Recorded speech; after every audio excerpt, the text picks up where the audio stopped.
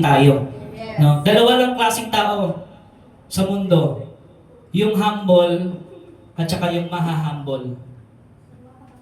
Amen. Yung humble, may tataas yun. Yung maha-humble, yung nagmamataas yun. Amen. So, there are two types of people, those who are humble or those who are about to be humbled by the Lord. Amen. Kaya makikita mong ebidensya ng isang tao na meron siyang pagkatakot at pagrespeto sa Panginoon. Ibig sabihin, siniseryoso niya yung salita ng Diyos. Sino po dito yung seryoso ka sa salita ng Lord? Palapakan mo si Lord ngayon. Dahil ang salita ng Diyos ang pinakamahalagang salita na dapat nating mapakinggan. Hindi lang tuwing linggo, kundi araw-araw mabulay-bulayan natin ang salita ng Diyos. Amen. Ang title po mga kapatid, basahin natin. Everybody read. Access granted. No? Isa pa. Access granted. For the third time, isa pa, sabay-sabay. Access granted. Ayan. At nasa serye po tayo ng Open Heaven. At dahil sa Panginoong Jesus, we have the access through prayer, maabot o makalapit sa trono ng biyaya ng Diyos. It's all because of Jesus Christ. It's not because of our good works. It's not because yung mga bagay na meron tayo, kundi dahil access granted because of the Lord Jesus Christ. Amen. Basahin po natin, everybody read your Bible, Matthew chapter 3, verse 13 to 17. Ang sabi po dito, dumating si Jesus sa ilog Jordan mula sa Galilea upang magbabautismo kay Juan. Ngunit tinangka ni Juan na pigilan siya at sinabi, "Ako po ang dapat magpabautismo sa inyo. Bakit kayo nagpapabautismo sa akin?"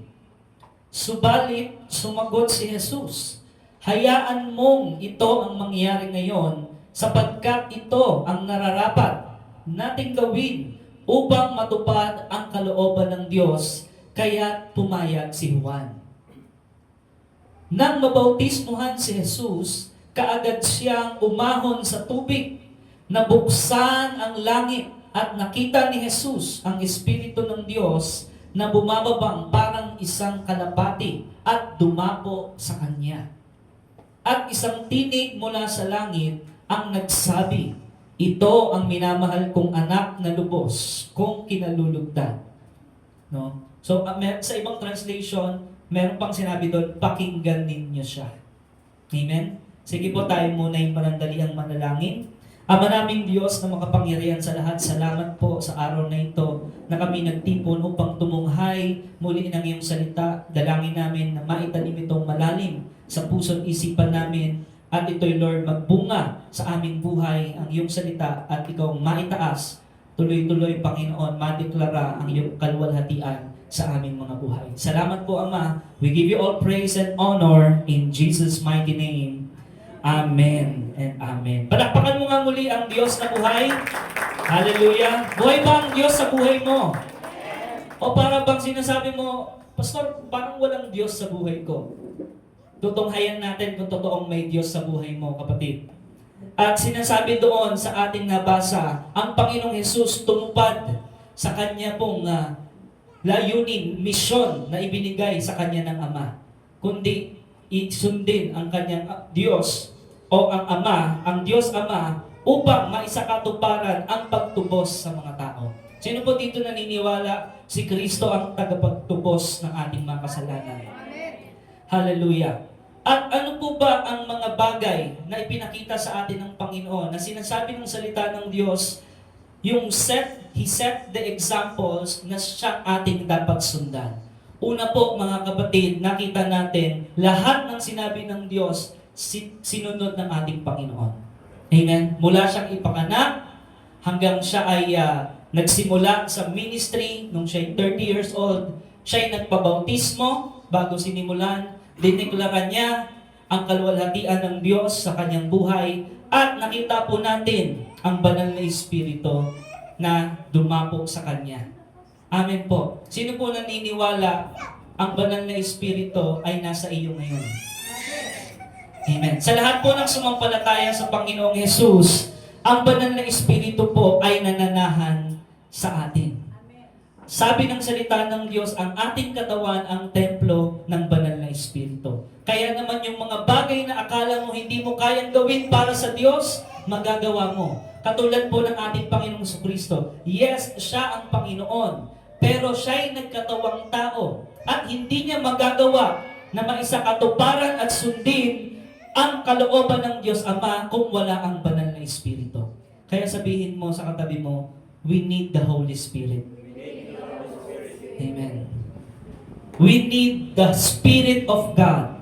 We need the presence of God. Ang Holy Spirit po, siya yung nandito sa lupa ngayon na kumikilos sa sanlibutan upang makarinig, makaunawa ng salita ng Diyos ang mga tao. Amen. Siya po ang kumikilos ngayon dito sa ating panambahan. Hindi po ang pastor, hindi po yung mga elders, hindi po kung sino, kundi ang banal na Espiritu. At ang sabi ng salita ng Diyos, 2 o 3 nagkatipon sa pangalan ng Panginoong Hesus, naroon ako sa kalagitnaan. Anong ibig sabihin ng the Holy Spirit, the Spirit of Jesus Christ, the very presence of God is here because we are gathered in His name. Amen, mga kapatid. At tunay nga, we must be filled with the Holy Spirit. Sabihin natin, be filled with the Holy Spirit. Ang sabi po ng salita ng Diyos through Apostle Paul, sabi doon, huwag kayong maglalasing. Marami pong bagay na nakakalasing, hindi lang ang alak. Sabi doon sa salita ng Diyos, ngunit kundi kayo ay mapuspos ng Santong Espiritu. At para po tayo ay mapuspos ng Santong Espiritu, kailangan maging intentional tayo. Everybody say intentional. Yung pagpunta mo ba dito intentional o pagsasadya? Yes. Amen. Katulad po ng inalagtulad ni Apostol Pablo, huwag kayong maglalasing. Yung mga naglalasing po ba, intention nilang uminom ng alak? O aksidente lang na inom nila yung alak? Intention. Pupunta ng tindahan, o di kaya yung iba, pupunta ng bar, pupunta ng party-party. Intention nila na malasing at uminom ng alak. At inalintulad yun ni Apostol Paul. Bakit sinabi ni Apostol Paul, huwag kayong maglalasing, sisirain yan ang buhay nyo. Kundi dapat kayo'y mapuspos ng Santong Espiritu. Yung taong lasing po ba, alam mo ba kung lasing o hindi?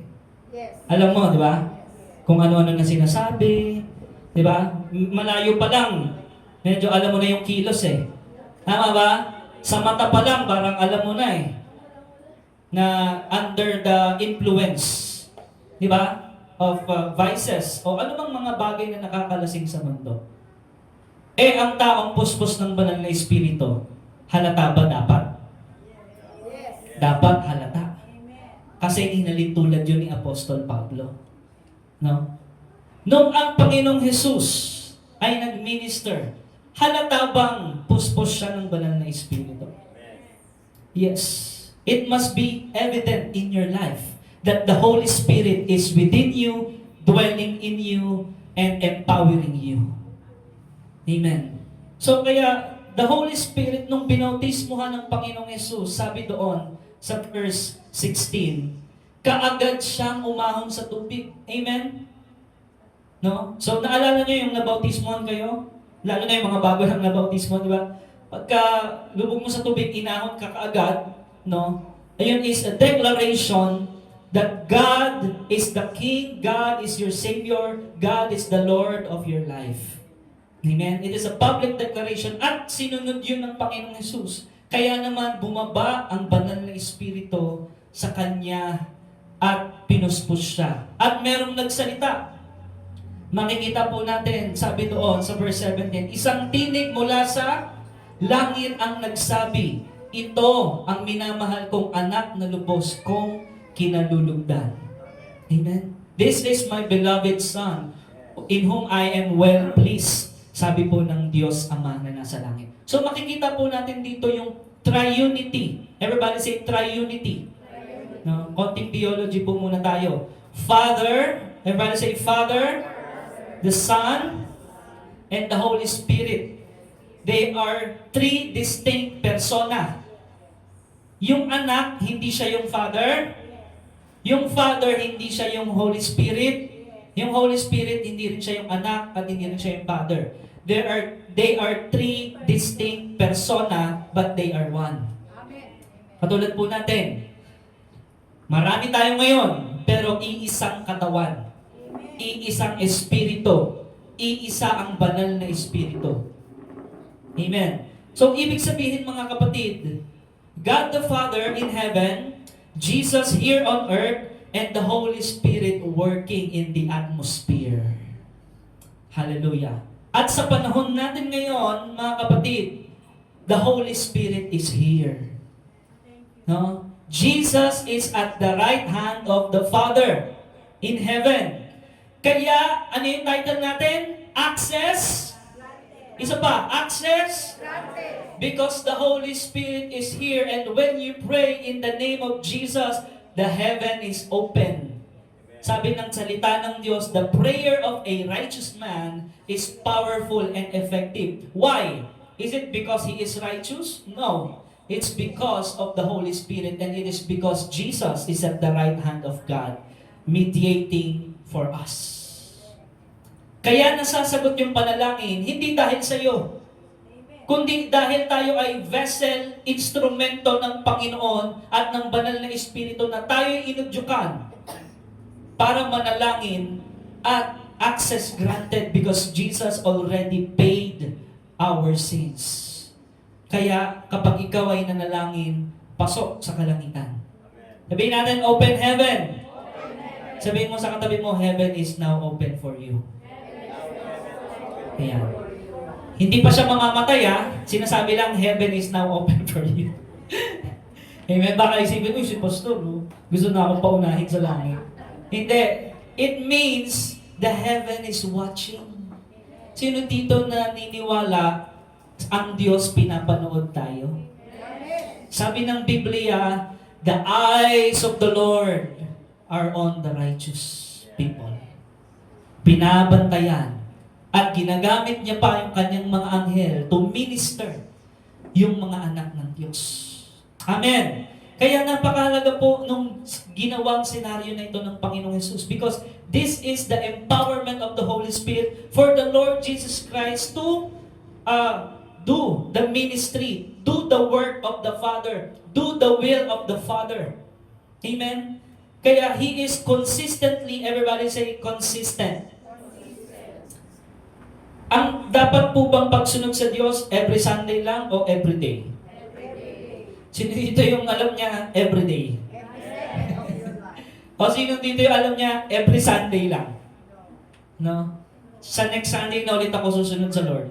Hindi. It must be consistently filled and led by the Holy Spirit.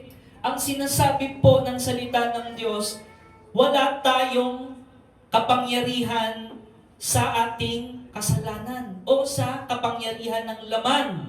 Pero kapag tayo ay pinanahanan ng banal na Espiritu, meron na tayong power to say no sa mga bagay ng laman. Amen po. Kaya nga, Jesus Christ, after the Holy Spirit descends on Him, He is consistently filled with and led by the Holy Spirit. You cannot be led if you are not filled. Hindi ka makakalakad, di ba? Tulad nga sa lasing Yung lasing, naglalakad siya pagewang-gewang. Bakit? Puspos siya ng alak. O puspos siya ng kung ano mang kinalasingan niya. Pero ang Kristiyano, para siya makalakad sa layunin at katwiran ng Diyos, he must be filled with the Holy Spirit. Bakit? Kapag puspos ka ng Holy Spirit, meron kang wisdom. Kapag puspos ka ng Holy Spirit, meron kang strength. Kapag puspos ka ng Holy Spirit, meron kang discernment. Alam mo kung ano ang tamang desisyon. Naniniwala ba kayo may mga tao hindi niya alam yung mali at tama na standard? Yes. Diba? Because walang Holy Spirit. Ang alam lang niya, pag sinabi ng laman ko, pag tumibok ang puso ko, yun na. Yun lang ang alam natin.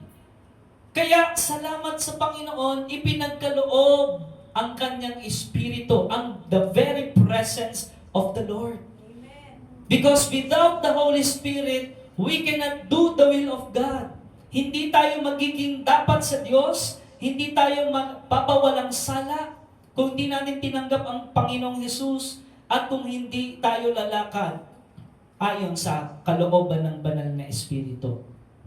Kaya nga, the Holy Spirit descended at gayon nga ang nangyari sa bawat isang narito na tumanggap sa Panginoong Hesus. Sino po tumanggap sa Panginoong Hesus dito? Bilang kanyang Lord and Savior. No? Ngayon, hindi ka nalalakad mag-isa. Hindi ka na mag-isa.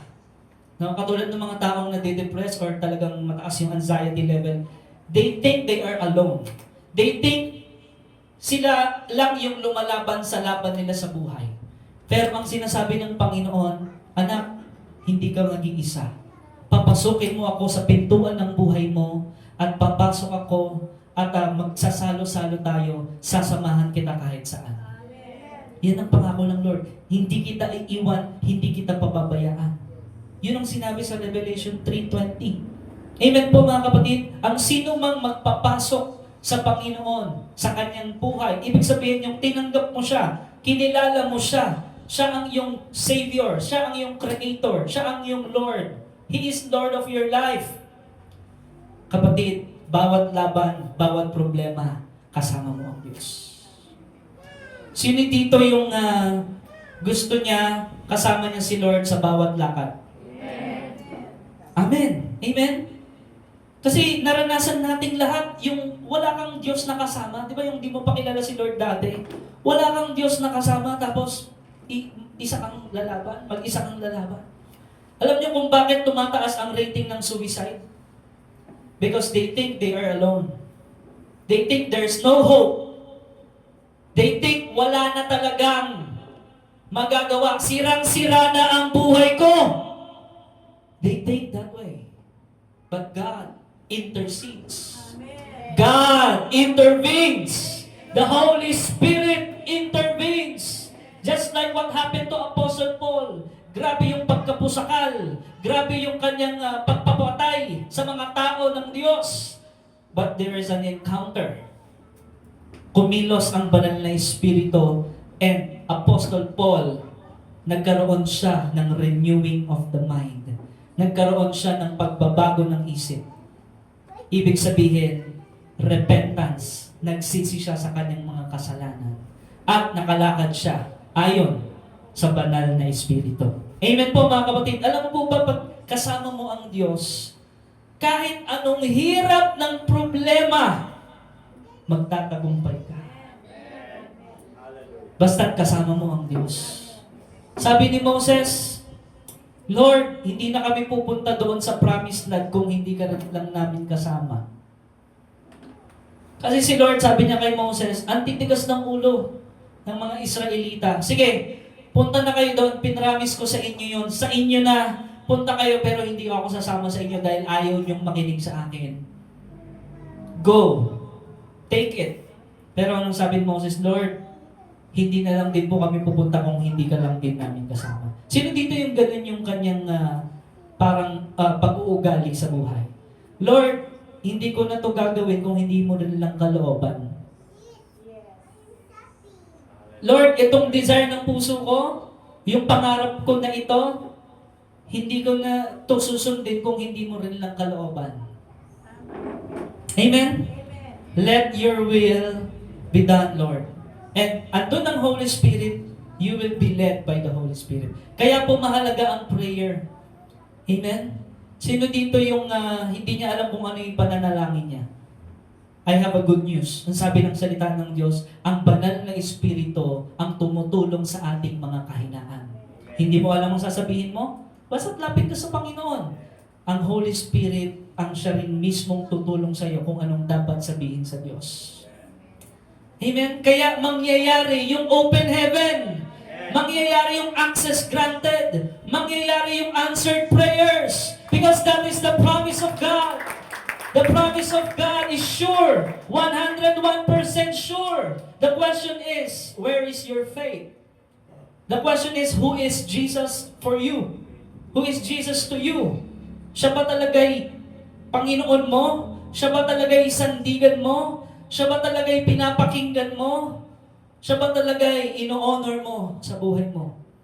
Because being filled with the Holy Spirit, you must lift the name of Jesus in your life. Kung hindi maitaas ang Panginoon sa buhay mo, hindi ka mapupuspos ng banal na Espiritu. Alam niyo po kung paano mapupuspos ng banal na Espiritu? Pinakauna talaga panalangin. Because the will of the Lord is for you to give thanks in prayer. Every day, that is the will of God. No? And for you to call on the name of Jesus. That is the will of the Lord.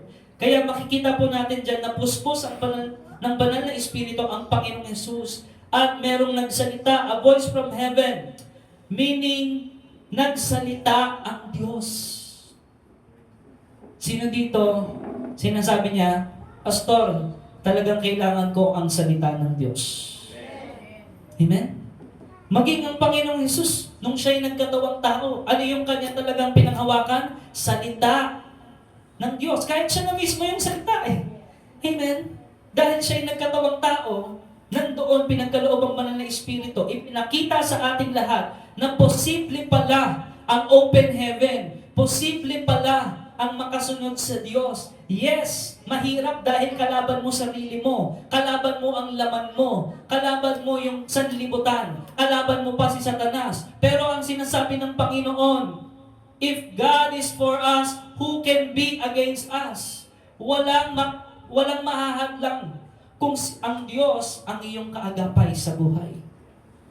Amen po mga kapatid. Kaya yung Word of God, nurtured and sustained in the written Word of God, meaning rootedness in the written Word of God. Bukod po sa prayer, sa fasting, sa giving, pangunahin po talaga ang Word of God. Amen mga kapatid? Kailangan makarinig tayo araw-araw, makabasa tayo araw-araw ng Word of God. Dahil pagkain po yun ng ating kaluluwa. Amen? Nang sa gayon tayo ay maging malakas, malusog, yung talagang matindi yung ating faith. Amen? Katulad po ng isang tao talagang trained. Di ba? Yung kanyang physical body. Kasi sinabi po sa Bible, ang physical na pag-ehersisyo o pagtitraining ay nakakatulong din. Ngunit mas malaki ang nagagawa kung ikaw ay trained in righteousness sa Espiritu. Amen? Nakita niyo po yung mga boxer? Amen? Yung mga atleta?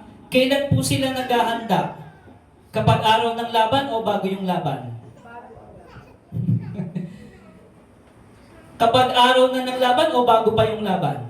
Bago pa yung laban. Sino dito alam niya marami pang parating na laban? Amen. The question is, are you ready for the battle? Diba? Hanggat nabubuhay tayo ngayon, may laban talaga. Amen. May pagsubok, may problema, sinabi sa Biblia, pero the good news is, kasama mo si Lord. Amen. Yun ang pangako niya. Mapapagtagumpayan mo yun. Kaya, papalapit pa lang yung laban, o papalapit pa lang yung problema, praise Lord. Praise the Lord ka na. Amen. Salamat na agad, Panginoon. Hindi nagbabago. Bakit? Puspos ka ng banal na Espiritu eh. Di ba? At nung nandoon ka na sa laban, ganun pa rin. Papurit, pagsamba pa rin sa Lord. Pasasalamat, paglilingkod. At nung napagtagumpayan mo na yung laban, ganun pa rin. Ganun ang taong puspos ng banal na Espiritu. Hindi nagbabago yung kanyang mindset that every day God must be worshipped. God must be praised. God must be honored. That is the leading of the Holy Spirit. Basahin po natin yung Matthew chapter 4, verse 1 to 11. Everybody, DOCGM, read your Bible. Pagkatapos, si Jesus ay dinala ng... Sino yung nagdala? Espiritu sa ilang upang tuksuhin ng Diablo. Diyan po muna tayo. Sino yung nagdala sa Panginoong Jesus doon sa disyerto? Hallelujah. The Holy Spirit is within you. At maraming beses, ang Holy Spirit ang nagdadala sa iyo sa wilderness experience. Sino naniniwala dito? Amen. Kasi baka ang alam mo lang, ang Holy Spirit, di ba, puro comfort lang. Baka ang alam mo lang, ang Holy Spirit, puro healing lang. No. Madalas, ang Holy Spirit, training yan. Tinitrain ka niya.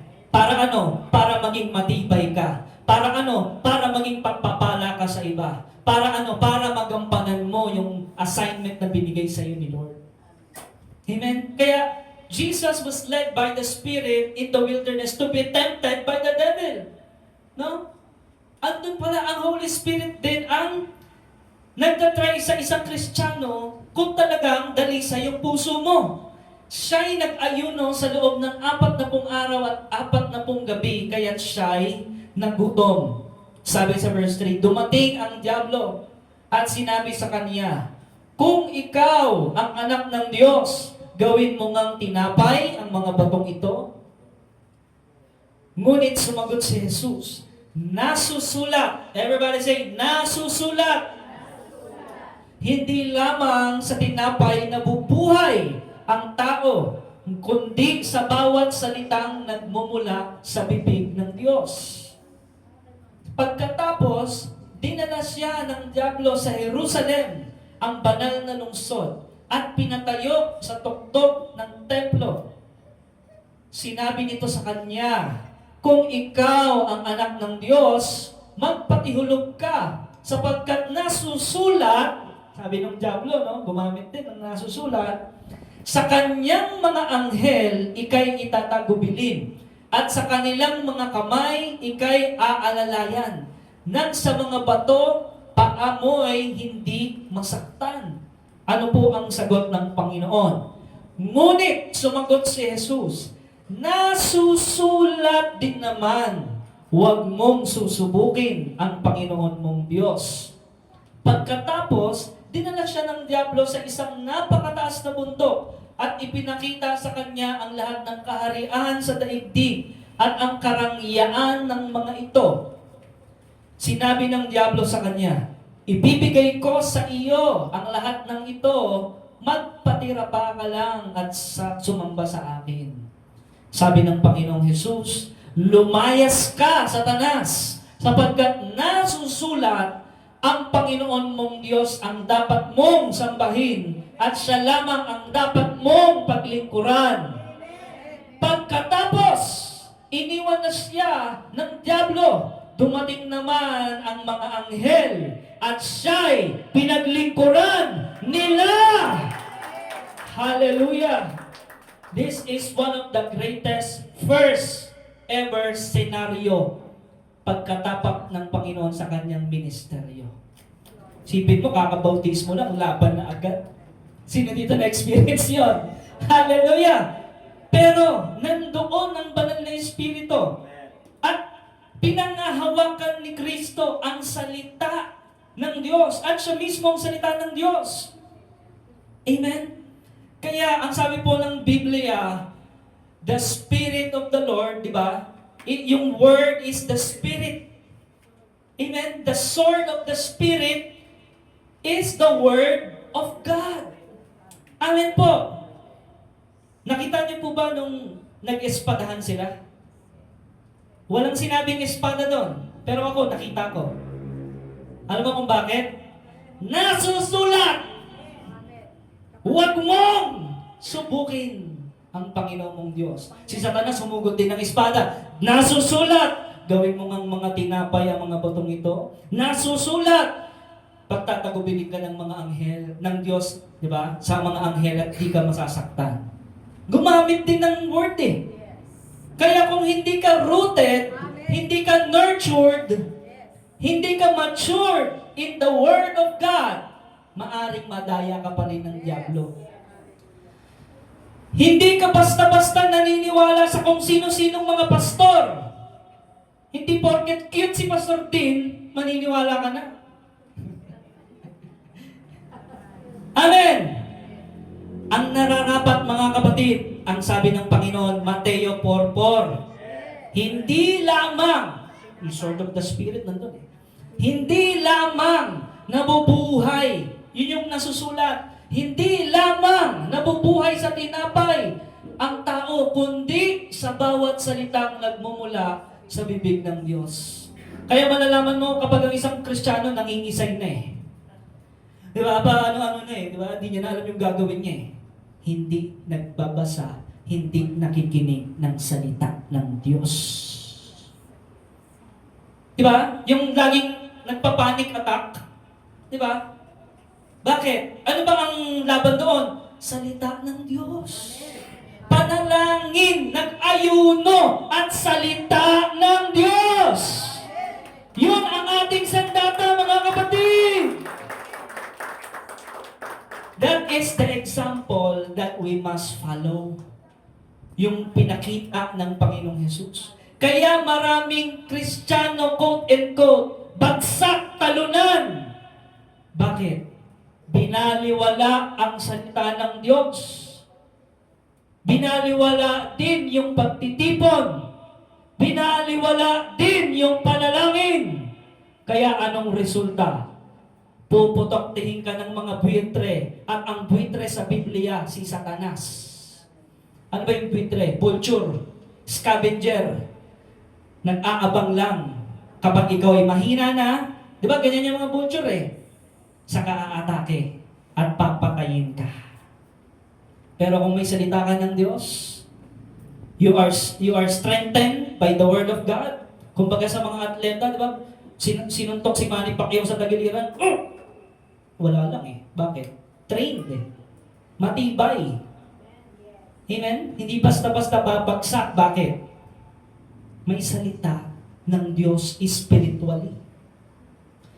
Eh kung lulugo-lugo yung espiritu mo, walang prayer, walang word of God, tapos ang tamad mo pang dumalo, hindi ka pa nagbabasa. Read, meditate. Ang daming beses sinabi sa Biblia. Amen?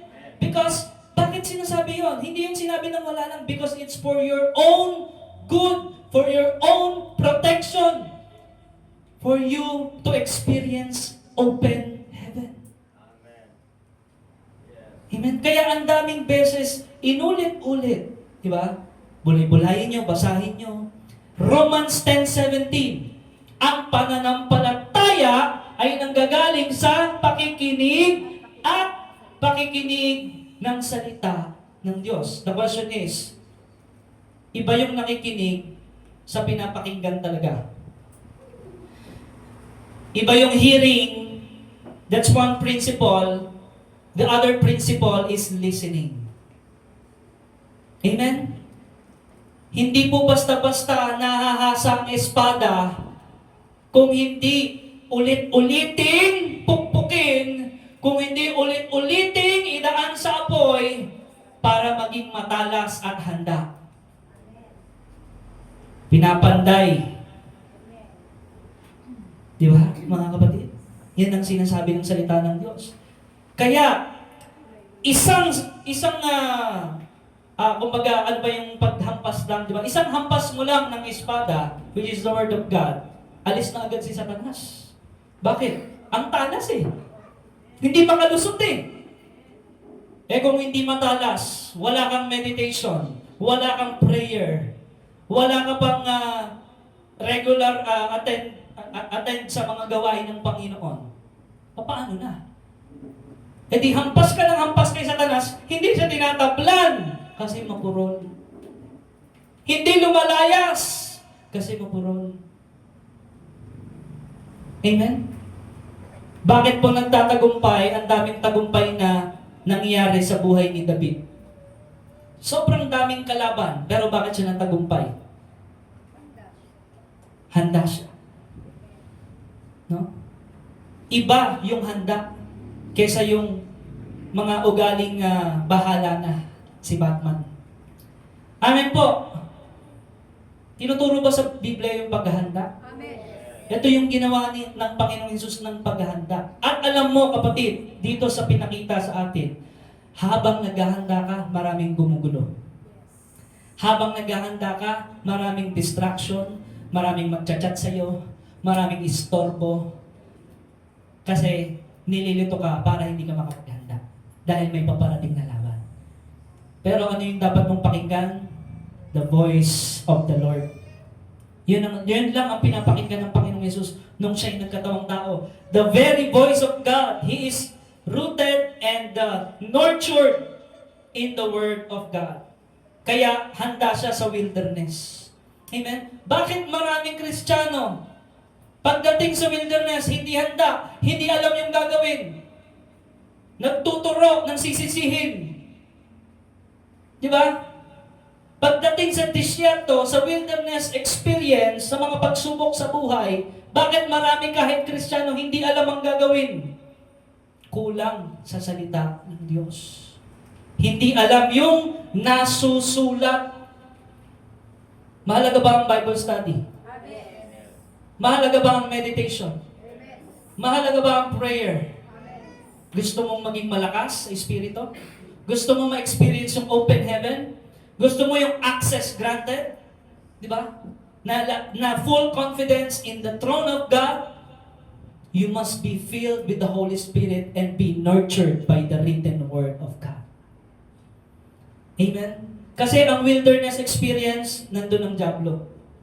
Sabi po ng salita ng Diyos, ang dyablo na inyong kaaway ay parang liyong umaatungal, naghahanap ng masisila. Amen? Tahol lang naman ng tahol yan eh. Wala namang yung gagawin sa iyo eh. Wala namang ngipin. Diba? Alam mo yung, halimbawa, isang tao, naglalakad siya sa zoo. Sabihin natin, Manila Zoo. Maraming wild animals, no?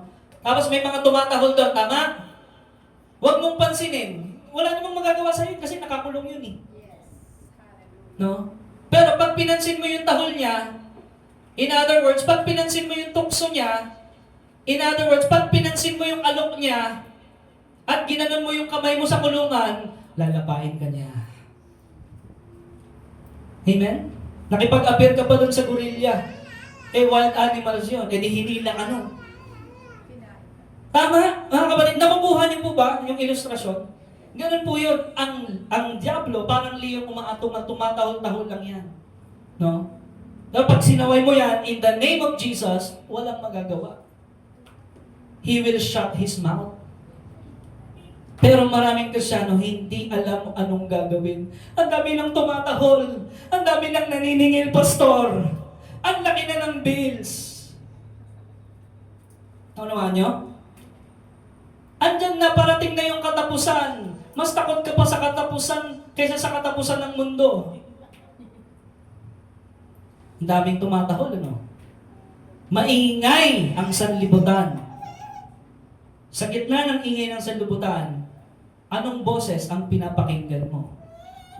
Kung hindi mo marinig ang boses ng Lord, basahin mo yung written Word of God. Parang sinasabi mo, Lord, hindi kita maramdaman.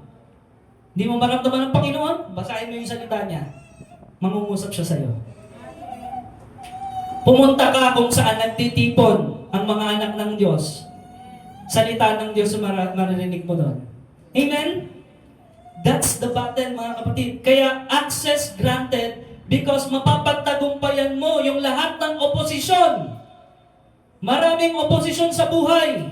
Minsan kahit yung pamilya mo, oposisyon sa'yo. Kontrabida. Si Jesus naranasan niya yun. Mismong in His circle, may naghudas. Mismong sa mga kaibigan mo, may maghuhudas. Hindi lang si Satanas, nasa heavenly realm, ang talagang aatake sa iyo at yung kanyang mga kapon. Hindi lang yon. Maging yung mga tao sa paligid mo. At minsan o kadalasan, yung pinakamalapit pa sa iyo ang magtatraidor sa iyo.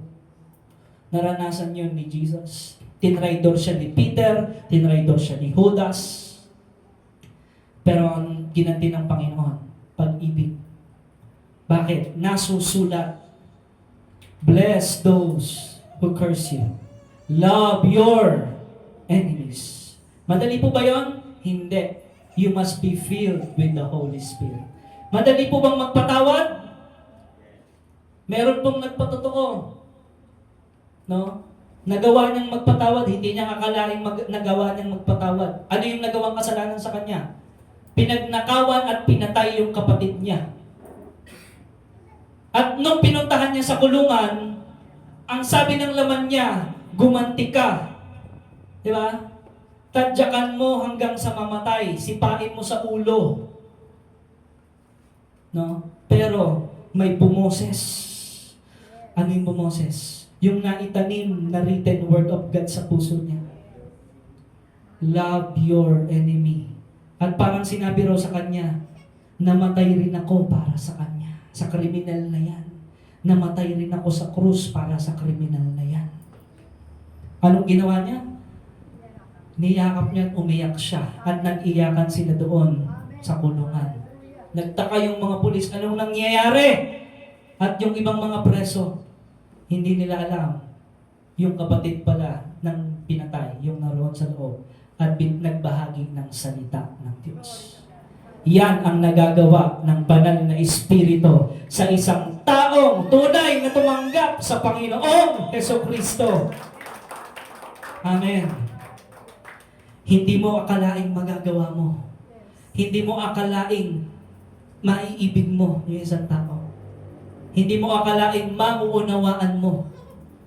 Pero dahil sa banal na Espiritu, sa presensya ng Diyos, mauunawaan mo ang mga bagay-bagay sa buhay mo. Yung mga masakit na bagay na nangyari sa iyong nakaraan, ipapaunawa sa iyo ng Panginoon bakit nangyari yun. At magagamit mo yon para lumago ka sa buhay at sa pananampalataya sa Kanya. Amen? Wilderness experience, there are a lot of kontrabida, oppositions, maraming hudas, maraming magkakanulo. Pero si Kristo, ang Panginoon, hindi niya inalintana ang mga kumakahol, ang mga nanunukso, ang mga bagay sa mundo, kundi yung focus niya ay matupad ang kalooban ng Diyos. You face opposition both from the outside and from within, even through people like Judas, yet you remain steadfast. Pag sinabing remain steadfast, nananatili kang nakatayo. Hindi ka bumabagsak dahil kaagapay mo ang Diyos. At ito pa ang maganda mga kapatid. Nakita natin ang mga anghel kumilos at tinulungan ng Panginoon. Sabi doon sa Matthew chapter 4 verse 11. Basahin po natin. Matthew chapter 4 verse 11. Pagkatapos, iniwan na siya ng dyablo, dumating naman ang mga anghel at siya'y pinaglingkuran nila. The meaning of angel, mga kapatid, is God sent. Everybody say, God sent. God sent. Pinadala ng Diyos. Angel means, yun yung tulong ng Panginoon. It can be your friend. Pwede yun. Tingnan mo yung katabi mo. Kung anghel nga yan. Siguraduhin mo. Tingnan mong mabuti. Alam mo kung bakit? Pwedeng gamitin yan ng Panginoon para tulungan ka. Sino dito yung naka-experience na, di ba, yung talagang hindi niya alam yung gagawin niya, tapos biglang may dumating. Amen. Amen. God sent. Hallelujah. An angel of the Lord appears in my house. God sent. Di ba? Hindi naman yun yung iniisip mong angel, di ba, na baby, na naka-diaper, may pakpak. Hindi yan yun. Na may pana, na heart. Hindi yun. Ibig sabihin ng angel, God sent. Gagamitin ng Lord to minister to you para paglingkuran ka, para tulungan ka. Servants of God. Those are God sent. Amen? Kaya marami ibig sabihin ng anghel. It can be spiritual angel, or gamitin ng Panginoon yung mga anak niya dito sa lupa para tulungan yung isang taong nananalangin na nangangailangan ng tulong. Kaya angels come ministering to Jesus. Anong ginawa? To deliver every resources we need. Diba? To deliver every resource. Lahat ng pangangailangan ipadadala, gagamit ang Diyos ng anghel. Sino naka-experience dito? No? Talagang walang-wala ka, biglang may dumating. Amen. Biglang may tumawag. Yes. Diba? Sabi, oh, bakit ka tumawag? Hindi ko rin alam kung bakit eh. Basta pinapatawag ako ng Lord sa iyo eh. Hallelujah. Angel. No? Kaya sabi, God provides. Sino yung provider? Si Lord. Hindi naman agad ibabagsak ni Lord sa harapan mo yung pangangailangan mo. Gagamit siya ng anghel. God sent. Amen? God provides every resources you need. Both material, amen? Physical, and through His divine assistance. Everybody say, divine assistance. Isipin mo, kakampi mo ang langit. Walang lalaban sa'yo. Kahit sino pinakamalaking tao kalaban mo, basta kakampi mo ang langit, panalo ka, tagumpay ka, magwawagi ka. Hallelujah.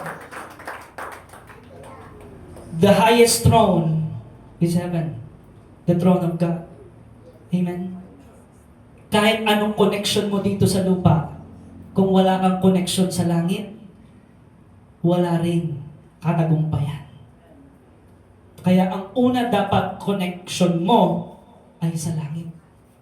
At si Lord ang magko-connect sa iyo sa mga tamang tao, dun sa mga anghel niya, at hindi mga demonyo. Bakit? Pag ikaw lang, di ba? Madalas nako-connect ka sa mga demonyo. Bakit? Yung decision mo, pang sariling laman. Amen? Pero pag si Lord, ang nangusap sa'yo, nanalangin ka, iko-connect ka niya sa tamang tao, tamang lugar, di ba? Tamang mga kasama. Ang sabi po sa Bible, ng salita ng Diyos, bad company corrupts good character. Kung sino ang sinasamahan mo palagi, sino yung kausap mo, it will influence you, whether you like it or not. Kung saan ka lagi pumupunta, yung mga paa mo, kung sino lagi yung kasama mo, it will influence you. Whatever it takes. Tingnan mo, parehas na kayong mag-isip. Parehas na kayong magsalita. Diba? Na ikaw, hindi ka naman lehitimong kabitenyo, tapos puro naging mga kasama mo, puro kabitenyo may punto, naging gano'n na rin yung salita mo. Tama po ba, mga kapatid? Dati, hindi ka naman talaga marunong magbisaya. No? Ngayon, kasabot na. Kasabot ka na. Diba? Gamay lang. Tama po ba, Brother Max, yung Bisaya ko? Okay. Kasi, nakakasama mo, may Bisaya, meron ding Bicolano, Pabakal. Diba? Kasi, kasama mo eh. It will influence you because you are connected. Eh kung kasama mo, puspos ng banal na Espiritu, you will be filled with the Holy Spirit. That is divine impartation. That is divine assistance. At kung nagtatagumpay yung kasama mo, magtatagumpay ka rin. Tingnan mo, yung mga sinasamahan mo, talunan ka rin. Hallelujah. Pero kung sasamahan mo, yung mga totoong tao na may Diyos sa buhay, magkakaroon ka rin ng Diyos sa buhay. Kung sinasamahan mo mga hindi naniniwala sa Diyos, kalaunan, di ka na rin maniniwala sa Diyos. Amen? Kaya nga, ang Panginoon, sabi niya, napakahalaga nung written word of God, napakahalaga nung yung company that you're with, di ba? Na kasama mo. Hindi yung mga, di ba, bagay sa sanlibutan ang magpapabanal sa iyo, kundi ang banal na Espiritu. Kaya nga, where the Spirit of the Lord is, there is freedom. Nakakalaya ka sa mga sumpa sa sanlibutan. Kahit may krisis sa Pilipinas, iaangat ka ng Diyos. Kahit may krisis sa Pilipinas, makakatanggap ka ng divine assistance. Makakatanggap ka ng mga anghel sa buhay mo. Maraming tutulong sa iyo. Kahit mahirap ang buhay, maraming tulong na darating sa iyo. Sipin mo, sa gitna ng kahirapan ng buhay, nakapagpatayo ka pa ng bahay. Bakit? Dahil sa Diyos, open heaven, access granted. Di ba? Sobrang hirap ng buhay, nakikinig ka ng balita, ang daming tao na talagang sadsad sa kahirapan na tuloy-tuloy nating isinasama sa panalangin. Alam mo, hindi pera ang pinaka-problema. Ang problema, relasyon sa Diyos. Kapag konektado ka sa langit, walang hindi masasagot o walang hindi maaalis na masama sa buhay mo. Kapag konektado ka sa langit. Amen, mga kapatid? Lahat ng pangako ng Panginoon matutupad sa iyo. Buhay na masagana at kasiya-siya, matutupad sa iyo. Sabi sa Psalm 23, your cup will overflow in the front of your enemies. Magtataka sila, yung mga sumisira sa iyo. Bakit ganun si sister o si brother? Di ba? Kahit anong sira sa kanya, tuloy-tuloy yung pag-angat niya. Bakit? Kasi hindi siya nakapokus sa mga tumatahol, sa mga nagko-komento. Nakapokus siya sa boses ng langit. Nakapokus siya doon sa bukas na langit sa buhay niya. Yun po ang sikreto na pinakita ng Panginoong Hesus. At nakita mo, mga anghel pa yung ipapadala ng Diyos para magtagumpay ka. Sabihin mo sa katabi mo, kapatid, hindi ka nag-iisa. You will never walk alone. You will never be alone. Jesus is always there. Yahweh Shammah, He is always there. Yahweh, Yireh, God my provider. Amen. Yahweh Shalom, He is my peace. In the midst of destruction, in the midst of famine, in the midst of crisis, my Lord is Christ and I will prevail. Amen? Yun po ang nagagawa ng open heaven sa buhay ng isang tao.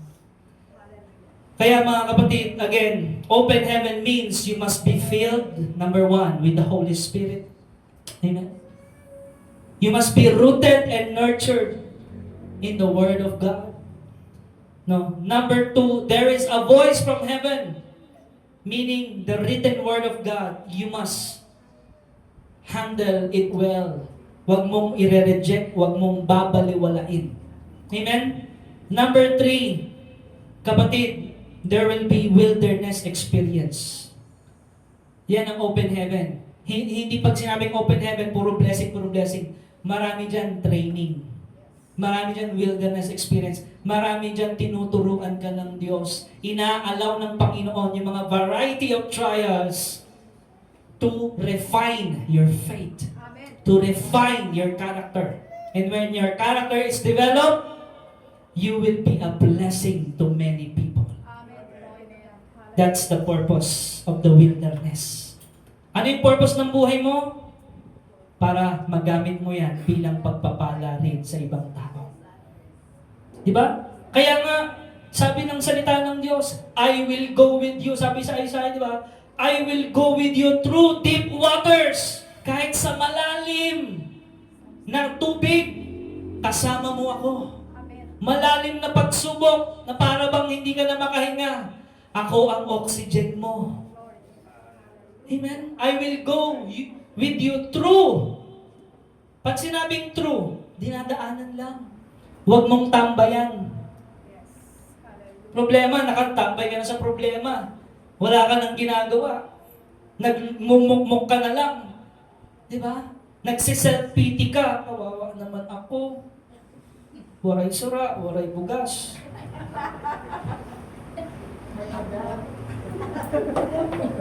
Diba? Waray pira, kwarta. Diba? So, anong dapat gawin? Salig sa Ginoo! Hallelujah! Amen! Yun ang dapat gawin. Sabi mo sa katabi mo, salig sa Ginoo. Sandigan ng puso. Manalig ka sa Panginoon. Written Word of God, prayer filled with the Holy Spirit, the angels of the Lord shall come upon you to help you and give you divine assistance. And number 5, Amen. Sino dito yung sinasabi niya, sige pastor, ituloy mo pa yan. Hallelujah. Pumalakpakin, gusto bang ituloy ko to? Hallelujah. Amen. Number 5, you shall be unstoppable. Open heaven. Kapag ito ang iyong isinabuhay, bukas na langit, sundin ang kalooban sa langit, gaya ng sa langit, maging dito sa lupa. Yun ang open heaven. No? There is no retirement in your calling. Wala pong retirement ang pagiging Kristiyano. Hallelujah. Si Apostol Pablo, di ba? Hanggang sa kahuli-hulihan, hininga niya. He served. He fought the good fight. Like the Apostle Paul, you continue fulfilling the ministry until the assignment is complete. Basahin po natin Philippians chapter 1 to 6. And this will be our conclusion. Everybody read your Bible, church. Natitiyak kong ang mabuting gawang pinasimulan sa inyo ng Diyos ay Kanyang lulubusin hanggang sa araw ni Hesukristo. Amen. Yung nagpasimula ng assignment nung ikaw ay na born again, born in spirit, born from above, nakalakad ka, no? By the way, born again is not a religion, okay? It is a process of your spirit being alive in Jesus and declaring that He is Lord. At sabi doon, natitiyak. Pag sinabing natitiyak, meron bang duda? Hallelujah. There's no doubt. 101% assurance. No? 101% sure. Yung mabuting gawa, isipin mo, lahat ng kabutihang gawa ng Diyos na pinasimulan sa iyo ay Kanyang lulubusin. Hallelujah. Hindi pala matipid ang Panginoon, ano? Kapag gumawa siya sa buhay mo, lulubusin niya. Amen. No? Sabihin mo sa katabi mo, receive it by faith. Hallelujah. Yung kabutihan ng Lord, how do you respond to it? You receive it by faith. That naniniwala ka. Diba? Ngayon pa lang, nagpapasalamat ka na. Hindi mo pa man alam kung ano yung mga bagay na inihanda sa iyo ng Diyos para sa iyo lamang. Pero ngayon pa lang, nagpapasalamat ka na. I believe, Lord, that there will be victory after victory. I believe, Lord, that I shall walk in your light. I shall walk in greatness because you are great. Amen? So, lulubusin niya hanggang sa araw, hanggang sa pagbabalik ng Panginoon. Kaya kita mo yung mga totoong na sumasampalataya sa Panginoon. Kahit anong hirap sa kapaligiran o hirap ng buhay, talagang sa Panginoon pa rin. At siya'y nagtatagumpay. Amen? You are unstoppable. Sabihin mo sa katabi mo, you are unstoppable. Why? Because of the Lord. You are unstoppable because of Jesus. He is unstoppable. Kaya ka lang nagiging unstoppable because of Him. Amen? So, there's no retirement, katulad nung kay Apostle Paul, doing the ministry. And, masasabi mo sa kahuli-huling buhay na hininga ng buhay mo, katulad ng sinabi ni Apostle Paul, at sinabi din ni Jesus, it is finished. Tetelestai. Mission accomplished. Amen? Anong sabi ni Apostle Paul? I have fought a good fight. I have finished the race. I have kept the faith. It is finished. Kompleto, walang kulang ang kabutihan ng Diyos sa buhay ng bawat isa. Palakpakan mo ang Panginoon Diyos. Amen. Who among you, church, believe that heaven is open right now sa buhay mo? Who among us right now believe that Jesus will send His angels to you for you to receive divine assistance. Iba talaga kapag si Lord ang tumulong. Kapag ang tao ang tumulong, ano lang yan, parang limitado lang yun eh. Pero pag si Lord ang tumulong, iba. Mamamangha ka talaga. Hindi mo akalaing magkakaroon ng gano'n. Mangyayari, pwede pala yun. Because open heaven, access granted. Because Jesus suffered on the cross. Tayo po ngayon ay tumayo. Tayo ngayon ay mananalangin, mga kapatid. Sino po dito yung with full confidence and full